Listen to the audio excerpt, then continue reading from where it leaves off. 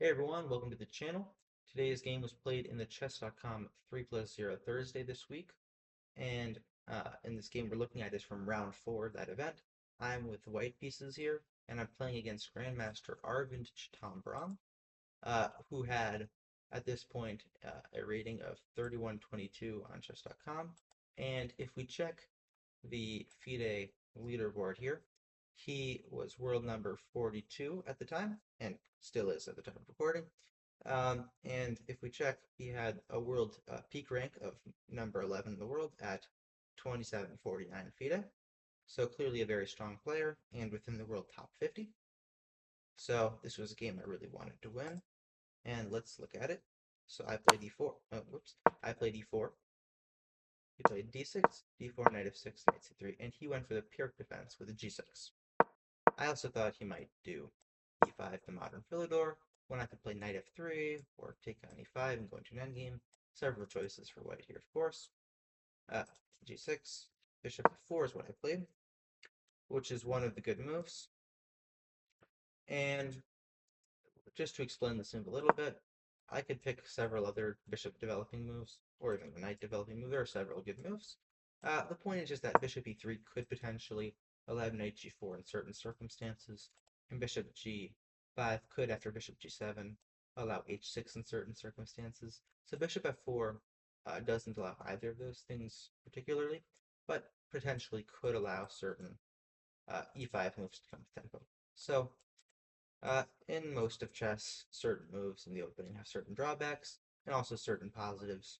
So I just picked this developing square for the bishop. Bishop g7, queen d2, kingside castles, and Arvind plays c6. He intends b5, and I go bishop h6. And of course, I would like to play h4, h5. And by playing bishop h6, I've prevented black from playing h5 to stop my attack. So now b5 is played, and b4 is the potential idea, removing the defender of the e4 pawn. So I defend the e4 pawn with my pawn, f3, knight d7, and I get my attack started. I play h4. b4, I retreat my knight, and as we will learn in this game, one of the typical plans here is to play king b1 and knight c1, when this knight does a great job of defending the king. Queen a5, king b1 to protect it, knight b6, and knight c1, so defending a7, and we'll also notice that the knight can go to b3 in certain cases. Bishop b6 was played, and this knight on c1 is really a nice piece. It sort of reminds me of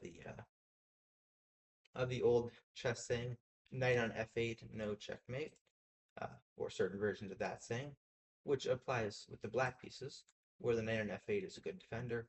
This is sort of like a mirrored version of that, where we have a knight on c1 that's a good defender. So h5 is played. I decide to potentially sacrifice a pawn.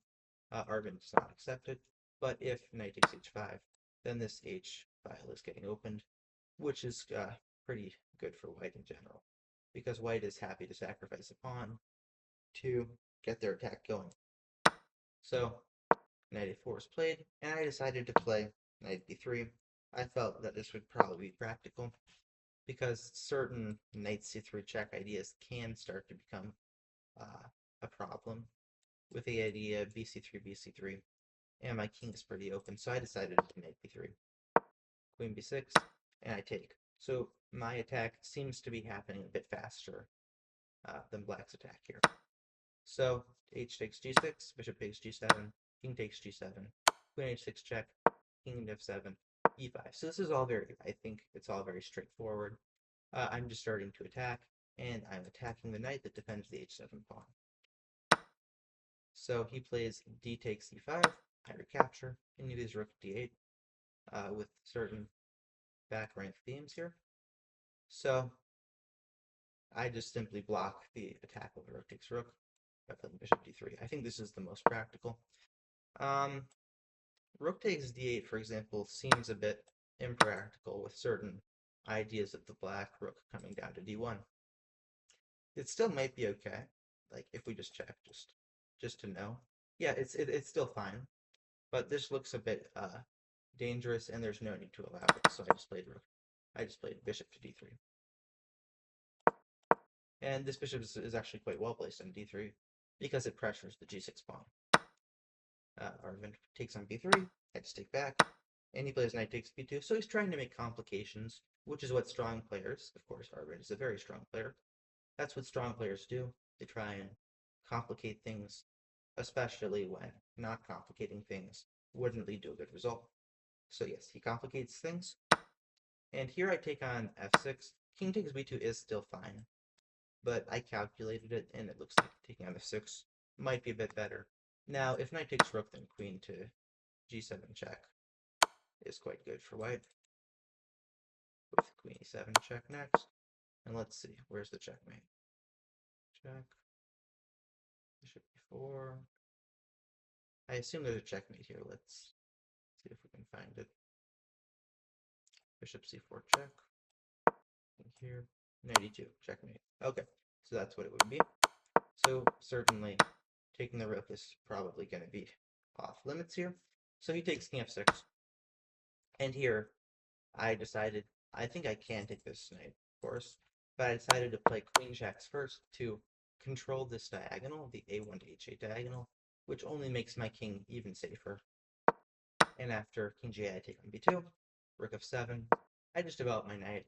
I decided not to get too interested in any potential, I don't know, concrete tactics like this. I figured it would be best to just develop my pieces, because I do have currently a two-piece advantage, two pieces for two pawns. So getting my pieces out should be enough to get the win. Rook d5 is played, queen e4, again just a simple move. Queen a5, and we play bishop c4,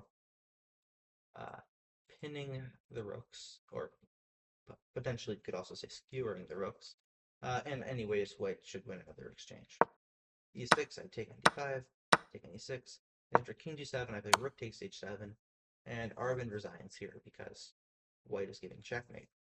For example, after king h7, queen f7, king h6, rook h1, and queen f4 checkmate. So this was a really nice game in my opinion, at least one of my better games, I would say. So I was really happy to play it, and I think Arvind is the strongest player whom I've beaten. And this is an online game; it doesn't mean too much in the grand scheme of things, like in like real life tournaments and everything. But overall, I was really happy to play the game, and Arvind's a very strong player, so I was happy to get this win.